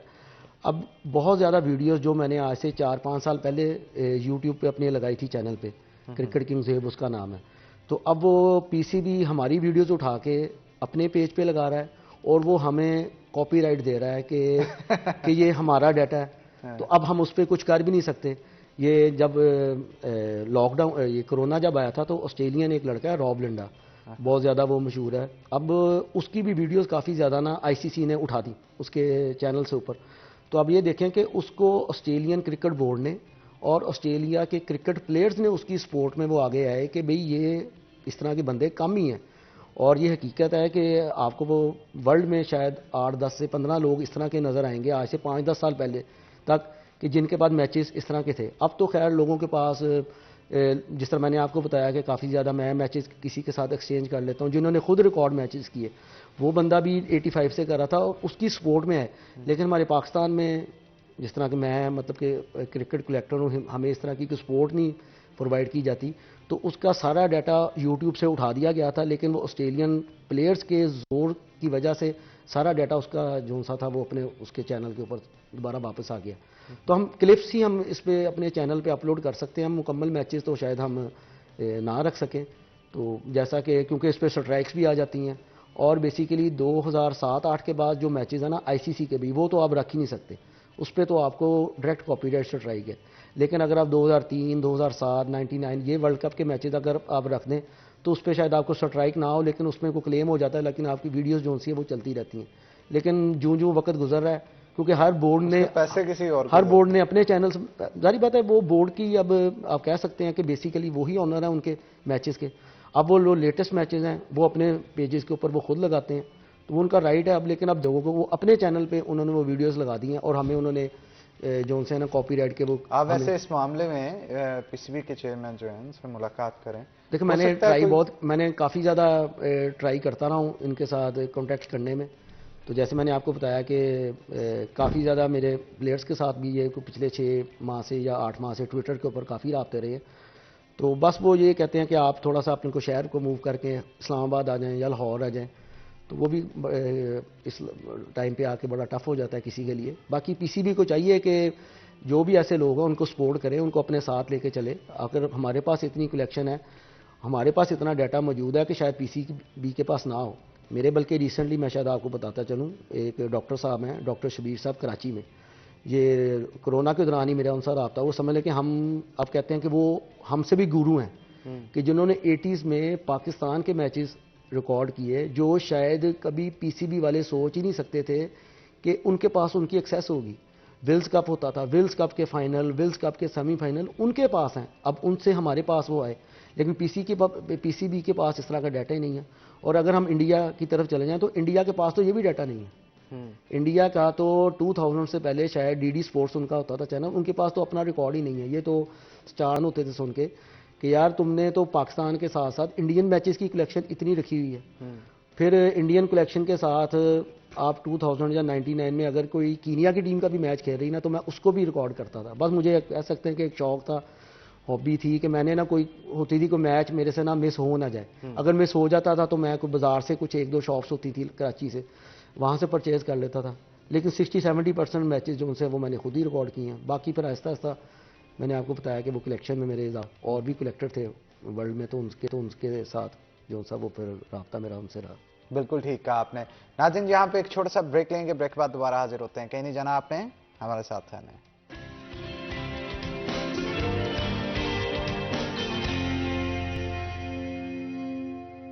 वेलकम बैक नाज़रीन, ब्रेक के बाद खुश आमदीद। हमारे साथ आमिर साहब मौजूद हैं, उनसे मज़ीद गुफ्तगू करते हैं। ज़रा फेडरेशन के हवाले से बताइएगा कि क्या सिचुएशन है और फेडरेशन का कितना फ़ायदा है बैडमिंटन प्लेयर्स को। सर फेडरेशन जो अभी चल रही है इस वक्त, वाजिद अली चौधरी उसके प्रेसिडेंट है और वो पाकिस्तान चैंपियन भी 7 साल रहा है। तो उसके हवाले से उसने जो एनवायरनमेंट है बैडमिंटन का वो तो बहुत अच्छा कर दिया, इस पर तो कोई शक ही नहीं है। तो कैश प्राइजेस भी काफ़ी अच्छे देने लगे हैं। सिर्फ 1-2 कंसर्न है, वो मैं उससे खुद भी डिस्कस करता रहता हूँ। सिर्फ मैं जो पहले आपसे बात कर चुका हूँ वो ये कि उससे चाहिए कि जो पंजाब एसोसिएशन है और जो आगे डिस्ट्रिक्ट की चैंपियन जो एसोसिएशंस हैं उन पर थोड़ी सी पाबंदी लगाए कि भाई वो अपने इलाकों में चैंपियनशिप ज़रूर करवाएं। ये मैं उससे आपके चैनल के तवज्जो से रिक्वेस्ट करना चाहता हूँ कि ये ज़रूर करे। बाकी उसने बैडमिंटन को नो डाउट काफ़ी इम्प्रूव किया है। इंटरनेशनल मैचेस भी यहाँ पाकिस्तान में उसके दौर में बहुत ज़्यादा हुए हैं जो कि पहले कभी नहीं हुए थे। तो ये भी उसका एक अच्छा इक़दाम है। तो मैं उनसे एक अच्छी तवक्का इसी सेंस में करता हूँ कि वो खुद भी पाकिस्तान चैंपियन रहा है, तो उसे उस सारे माहौल का और उस सारी जो प्रॉब्लम्स हैं प्लेयर्स की उसको उसकी नॉलेज है। पाकिस्तान ओलंपिक्स में गोल्ड कब लेगा? हमारी जो पहली दफ़ा मतलब जो मेरी पूरी बैडमिंटन की हिस्ट्री है, बल्कि पाकिस्तान की हिस्ट्री है, उसमें पहली दफ़ा इस दफ़ा एक लड़की ने पार्टिसिपेट किया ओलंपिक में।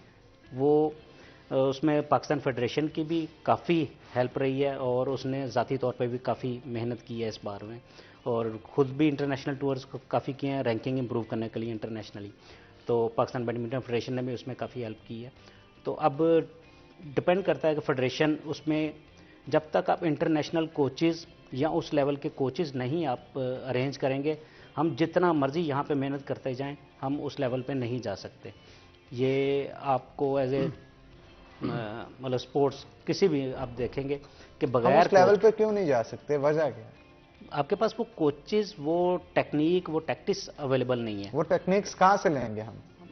मैं अपनी बात करता हूँ या मैं आपको 80s की बात बताता हूँ कि पाकिस्तान जो है वो वर्ल्ड नंबर 3 रहा है, और पाकिस्तान का एक प्लेयर तारिक बदूर जो वर्ल्ड नंबर 2 रहा है। आपको ये बताने का मकसद ये है कि हम इस लेवल तक रहे हैं। ये जापान और ये श्रीलंका या इस तरह का बांग्लादेश वगैरह हमसे खेलते भी नहीं थे कि हम इतने अच्छे थे उनसे, लेकिन अब वो भी हमसे जीत जाते हैं। रीज़न ये कि 2 साल का चाइनीज़ कोच यहाँ पे आया था 80 में, तो वो 2 साल यहाँ पे रहा और उसने ट्रेनिंग करवाई, तो हमारा लेवल वर्ल्ड लेवल पे चले गया। तो फिर 90 में मैं खुद चाइनीज़ कोच के अंडर ट्रेनिंग की 10 महीने, तो मैं एशिया नंबर 5 हुआ। और जब तक हमें वो कोचेज़ नहीं मिलेंगे और फिर कोचेज़ आएँ 2 साल के लिए, फिर उनके साथ हम अपने कोचेज़ इन्वॉल्व करें, वो सियासी बेसिस पे ना हो या दोस्ती के बेसिस पे ना हो, जो प्रॉपर प्रोफेशनल कोचेज़ हैं उनको उनके साथ अटैच करें ताकि वो आगे हमारे लेके चलें। एक लास्ट बात आपको बता देता हूँ, इंडिया की बैडमिंटन जो हमारे से बहुत अच्छी नहीं थी आज से 5-7 साल पहले। इन्होंने गोपी चंद एक प्लेयर है इंडिया का, उसे 5 साल के लिए उन्होंने हायर किया, वो ऑल इंग्लैंड चैम्पियन रहा था। तो 5 साल के बाद अब इंडिया की आप देख लें कि ओलंपिक में कभी सिल्वर ले रहे हैं, ब्रॉन्ज ले रहे हैं या वर्ल्ड चैम्पियन बन रहे हैं। अब उनका लेवल ये है, जब तक अपने प्लेयर को आप साथ कोच के इन्वॉल्व नहीं करेंगे, उनको कोचिंग प्रॉपर नहीं सिखाएंगे, दोस्ती की बेसिस पे या सियासी बेसिस पे हम उन्हें सर्टिफिकेट नहीं बांटेंगे। क्रिकेट के अगर कोचेस बाहर से आ सकते हैं तो बैडमिंटन के क्यों नहीं? क्रिकेट का सबसे बड़ा जो एक एडवांटेज है उन्हें कि वो उनका अपना बोर्ड है, वो किसी को जवाबदेह नहीं है। हम फेडरेशन है, हम पाकिस्तान स्पोर्ट्स बोर्ड या ओलंपिक के अंडर काम करते हैं, तो हम हर बात में थोड़े से पैसे भी लेने हैं तो हम उनको जवाब दें। तो जब तक पाकिस्तान में ओलंपिक या पाकिस्तान स्पोर्ट्स बोर्ड दोनों में से एक चीज़ ख़त्म नहीं हो जाती, हम यहीं पे रहेंगे। ये मेरी बात लिख लें, आज से 10 साल बाद भी यही चला लें बेशक। यानी अगर एक जब तक 2 खुदा हमारे में रहेंगे, ये बेसिकली हम कुछ फेडरेशन ओलंपिक को सपोर्ट करती हैं, कुछ फेडरेशन पाकिस्तान स्पोर्ट्स बोर्ड के अंडर काम करती हैं, तो प्रॉपर इनका बंटवारा हो जाता है। पैरेलल बेसिकली 2 फेडरेशनें चलती हैं, ना वो उनको काम करने देते हैं ना वो उनको काम करने देते हैं। जब तक एक डिपार्टमेंट खत्म नहीं होगा तो उसको मर्ज भी तो किया जा सकता है। मर्ज करें या कुछ भी करें, एक कर दें, एक अम्ब्रेला के अंडर, एक अम्ब्रेला के अंडर आए, और उसके ऊपर एक मतलब हायरार्की उसकी कुछ इस तरह की हो कि उसके ऊपर बोर्ड चेयरमैन लगा दिया जाए। फिर कुछ भी हो, एक जब तक नहीं होगा ये कुछ भी नहीं हो सकता। ये 10-12 साल बाद भी ये क्लिप बेशक मेरा चला दीजिएगा, यही कुछ रहेगा। बिल्कुल ठीक कहा आपने। तो हमारे साथ जनाब जुहैब भी मौजूद हैं, उनसे भी गुफ्तगू करते हैं। जुहैब, मुझे ये बताइएगा कि बहुत सारे मैचेस आपने रिकॉर्ड किए, फ़नी मोमेंट्स हमारे साथ शेयर करें। अगर हम क्रिकेट में फ़नी मोमेंट्स देखें तो काफ़ी ज़्यादा हमें ना इस तरह की डिसमिसल्स नज़र आती है। एक मेरे ज़हन में है कि जिम्बाब्वे का टेस्ट मैच था न्यूजीलैंड के साथ 2005 में, तो वो मेरे पास कलेक्शन में मेरे मौजूद है। काफ़ी लोगों के पास शायद वो मैचेस नहीं भी होगा, मैंने अपने चैनल के ऊपर उसको क्लिप को भी शेयर किया था। तो बैट्समैन ने शॉट खेली तो उसने लैंडमार्क हुआ, उसने 50 रन से अपने 100 रन मुकम्मल किए। अच्छा, जो नॉन स्ट्राइकर एंड पे था ना खिलाड़ी, वो ना बगैर, क्योंकि अगर आप नॉन स्ट्राइकर एंड से बाहर निकलेंगे ना तो आपको दूसरी टीम को या अंपायर को बताना पड़ता है कि मैं दूसरे प्लेयर के पास जा रहा हूँ। अच्छा, वो उसको ना जल्दी में ना कॉन्ग्रेचुलेशन देने के लिए ना उसके पास दौड़ा दौड़ा चला गया। अच्छा, वो उससे मिला तो पीछे से उसको उन्होंने रन आउट कर दिया। ये भी फनी था। एक ये रिसेंट पाकिस्तान ऑस्ट्रेलिया की सीरीज़ हुई थी यूएई में, उसमें भी ऐसे ही हुआ कि अजहर अली ने शॉट खेली, अब वो बॉल जा रही है बाउंड्री की तरफ, तो वो बॉल थोड़ा सा ना बाउंड्री से पहले ना रुक गई। अब वो तो प्लेयर्स यही समझे थे, साथ उसके ऐसे स्पीक था कि शायद ना ये चौका हो गया, तो लेकिन वो ऑस्ट्रेलियन से उन्होंने वो बॉल उसको फेंका तो उन्होंने राउंड आउट कर दिया। तो वो अब देख रहे हैं कि ये हमारे साथ हुआ क्या। उनको ये लगा कि बॉल जो सी है वो बाउंड्री के पार हो गई और चौका हो गया। तो ये कुछ मूवमेंट्स है। अच्छा, ये खास तौर पे पिछले 5 साल में कुछ ऐसे कैचेस देखने को मिले हैं जो मेरे ख्याल हिस्ट्री में भी देखने को मिले आपको। और एक होता है ना कि एक आधा यार पकड़ लिया कि बाउंड्री में जाके छलांग लगा के पकड़ लिया। अब इस तरह की कई कैचेस इस तरह के पकड़े गए। अब इसमें ये भी आप देखें ना कि जिस तरह अब अगर हम 90s में क्रिकेट देखें या उससे पहले देखें या 2000 के बाद थोड़ा सा देखें, अब उस टाइम ये लीग्स इतनी ज़्यादा आपको नज़र नहीं आती थी। जिस तरह अब आपके बैट्समैन जिस तरह के आजकल की शॉट्स खेलते हैं, अब आज से हम 10-15 साल पहले चले जाएं तो हमने सोचा ही नहीं था कि कोई इस तरह के प्लेयर्स स्कूप करेंगे। अब आजकल वो इंग्लैंड के जो T20 के स्टार हैं जॉस बटलर, अब जिस तरह की वो शॉट्स खेलते हैं, आजकल नंबर 1 जो इंडियन सूर्या कुमार यादव हुए हैं, अब उनकी जो आप शॉट्स देखें तो वो देख के बंदा हैरान हो जाता है कि यार ये किस तरह के ये शॉट्स जो से वो खेल रहे हैं। बहुत ज़्यादा लीग्स हो रही हैं, बहुत ज़्यादा लोग डिफरेंट लीग्स में डिफरेंट एनवायरनमेंट्स में जाके डिफरेंट डोमेस्टिक में अपने आप को इस तरह का वो मोटिवेट करते हैं कि वो डिफरेंट शॉट्स खेल सके। कुछ अर्सा पहले AB डिविलियर्स से उनको मिस्टर 360 कहा जाता था कि वो डिफरेंट एंगल्स के ऊपर वो शॉट्स जो से थे ना वो खेलते थे, लेकिन अब उस तरह की जो टेक्निक है या उस तरह की जो शॉट्स है वो काफ़ी ज़्यादा आपको जो है ना वो प्लेयर्स जो से वो खेलते नज़र आ रहे हैं। और पाकिस्तान के पास थोड़ा सा ना ये डिसएडवांटेज पाकिस्तान की टीम में ये है कि अब जिस तरह बाबर आजम और मोहम्मद रिजवान ओपनिंग करते थे, नो डाउट T20 के वो सुपरस्टार हैं और जिस तरह के उन्होंने पिछले 2 साल में रिकॉर्ड बनाए हैं, लेकिन थोड़ा सा वो स्ट्राइक रेट के ऊपर उनके ऊपर थोड़ा सा ज़रा लोग इख्तलाफ उनसे रखते हैं कि वो दोनों एक ही स्टाइल से खेलते हैं कि जहाँ पे ज़रूरत होती है मींस के पावर प्ले के बाद उनको चाहिए होता है कि वो ज़रा अपने आप को अग्रेसिव करें, वहाँ पे आके वो थोड़ा सा लैग कर जाते हैं और वो 14-15 ओवर वो खेल जाते हैं और उसके बाद जब वो बाकी प्लेयर्स आते हैं तो सम टाइम उनके ऊपर बहुत ज़्यादा प्रेशर होता है और वो उसकी वजह से पाकिस्तान जो सा अगर पाकिस्तान को 200 स्कोर करना चाहिए होता है तो पाकिस्तान 20-30 रन जो सा शॉर्ट रह जाता है। लेकिन पाकिस्तान को मैं तो हमेशा कहता हूँ, क्रिकेट देखते मुझे भी 30 साल हो गए हैं, कि पाकिस्तान को हमेशा एडवांटेज रहा है कि पाकिस्तान के पास हमेशा फास्ट बॉलर्स की बैटरी ना वो आती रहती है। एक आपका फास्ट बॉलर इंजर्ड होता है तो दूसरा आपको नज़र आ जाता है। 150 मेरा ख्याल शायद पाकिस्तान की टीम टॉप में है कि जिसने 150 के लगभग जो सा T20 का स्कोर है ना वो T20 क्रिकेट में डिफेंड किया होगा। कोई भी टीम इतने ज़्यादा लोएस्ट टारगेट जो है ना वो डिफेंड नहीं कर सकी जितने पाकिस्तान की टीम ने जो है ना वो इसमें किया। और ये पाकिस्तान की हिस्ट्री रही है, वसीम वकार के एरा से देख लें, उसके बाद शुएब अख्तर आ गया, मोहम्मद आसिफ आ गया, अब शाहीन शाह आ गया, मोहम्मद आमिर था, तो इन्होंने पाकिस्तान को बेतहाशा मैचेज जो है ना वो अपनी बॉलिंग के सर पे ही पाकिस्तान को जिताए हैं। बाकी अब आहिस्ता आहिस्ता पाकिस्तान की बैटिंग भी अब जिस तरह कभी हमने सोचा नहीं था कि पाकिस्तान के पास भी ऐसा बैट्समैन होगा बाबर आजम की सूरत में कि वो आपको सेंचुरियाँ करके देगा, वरना हम सुनते थे कि सचिन तेंदुलकर ने इतने सेंचुरियाँ की, गंगोली ने, ड्राविड ने, अब माशाल्लाह वो भी आप टॉप का वो आपका वो बाबर आजम को विराट कोहली से बड़ा कंपेयर किया जाता है। कुछ उसका स्टाइल जो सा है, क्योंकि वो भी ऑन द ग्राउंड खेलता है विराट कोहली, बाबर आजम भी इसी तरह के खेलता है, लेकिन मेरा ख्याल कंपैरिजन करना नहीं चाहिए। वो विराट कोहली अपनी जगह है, बाबर आजम को अपनी जगह रखना चाहिए। लोग कहते थे जी बाबर आजम जो सा है न्यू विराट कोहली है, मैं कहता हूँ बाबर आजम है। वो उसकी तारीफ करता है, वो उसकी तारीफ करता है। अब कोहली का ये 2-3 साल अच्छे नहीं रहे, लेकिन अच्छा वो प्लेयर था, उसने आपको इम्प्रूव किया दोबारा, वो अब दोबारा फॉर्म में आ गया। और दोनों अच्छी बात यह है कि दोनों प्लेयर्स पाकिस्तान इंडिया को एक साइड पे रखे, दोनों एक दूसरे की वो रिस्पेक्ट करते हैं और दोनों वर्ल्ड क्लास प्लेयर हैं, नो डाउट। बल्कि ख्वाहिश है कि कभी आगे मैचेस होते थे वर्ल्ड 11 के और एशिया 11 के 2000 में होते रहे काफ़ी मैचेस ना, तो ख्वाहिश है कि कभी इस तरह की एशिया 11 बने और बाबर आजम और विराट कोहली इकट्ठे खेलें, तो मेरा ख्याल पूरा वर्ल्ड और पूरी पाकिस्तान इंडिया एंजॉय करेंगे अगर ये दोनों इकट्ठे क्रीज पे मौजूद हो और पूरी दुनिया इनको देख रही हो। बिल्कुल ठीक कहा आपने। अच्छा, इंजमामुल हक का कोई वाकया हमारे साथ शेयर करें, बड़े इनके वाकयात है, रन आउट भी हुए। इंजमामुल हक के बाद देखें काफ़ी दफ़ा वो रन आउट जो हैं वो अपने कैरियर में होते रहे हैं, तो इसमें अब क्या ये भी अक्सर होता था 99 का आप देखें जो वर्ल्ड कप का सेमीफाइनल था कि अगर इंजमाम से रन नहीं दिया जा रहा तो वो कई दफ़ा अपनी विकेट पे मौजूद रहते थे, तो दूसरा प्लेयर जो था ना वो रन आउट हो जाता होता। वसीम अकरम के साथ भी हुआ। इवन के ये तो मुल्क वैसे ही ज़रा कह सकते हैं कि लोगों के ज़रा ज़हन में है, बाकी और भी काफ़ी ज़्यादा प्लेयर्स इस तरह के हैं जो काफ़ी ज़्यादा जो सा ना रन आउट होते रहे हैं। बल्कि रिसेंट ए स्पोर्ट्स पे एक प्रोग्राम लगता था, उसमें वो शुएब मलिक ने एक सवाल किया कि इंजमामुल हक ना मेरे साथ कभी ना मैं या इंजमामुल हक की मौजूदगी में या कभी मैं ना रन आउट नहीं हुआ, तो वो मैं प्रोग्राम देख रहा था तो मैंने फ़ौरन फ़खरे आलम को ट्वीट किया, उन्होंने फिर वो ट्वीट ऑन एयर किया कि मैंने उनको, मेरे रिमाइंड में था कि 2005 में ना कि वो खुद रन आउट हो गया था, उन्होंने इमाम को तो रन आउट नहीं करवाया लेकिन वो खुद रन आउट हो गया। वो कहते हैं यार ये तो मेरे ज़हन में नहीं था। बिल्कुल ठीक है, किसी ने ट्वीट किया।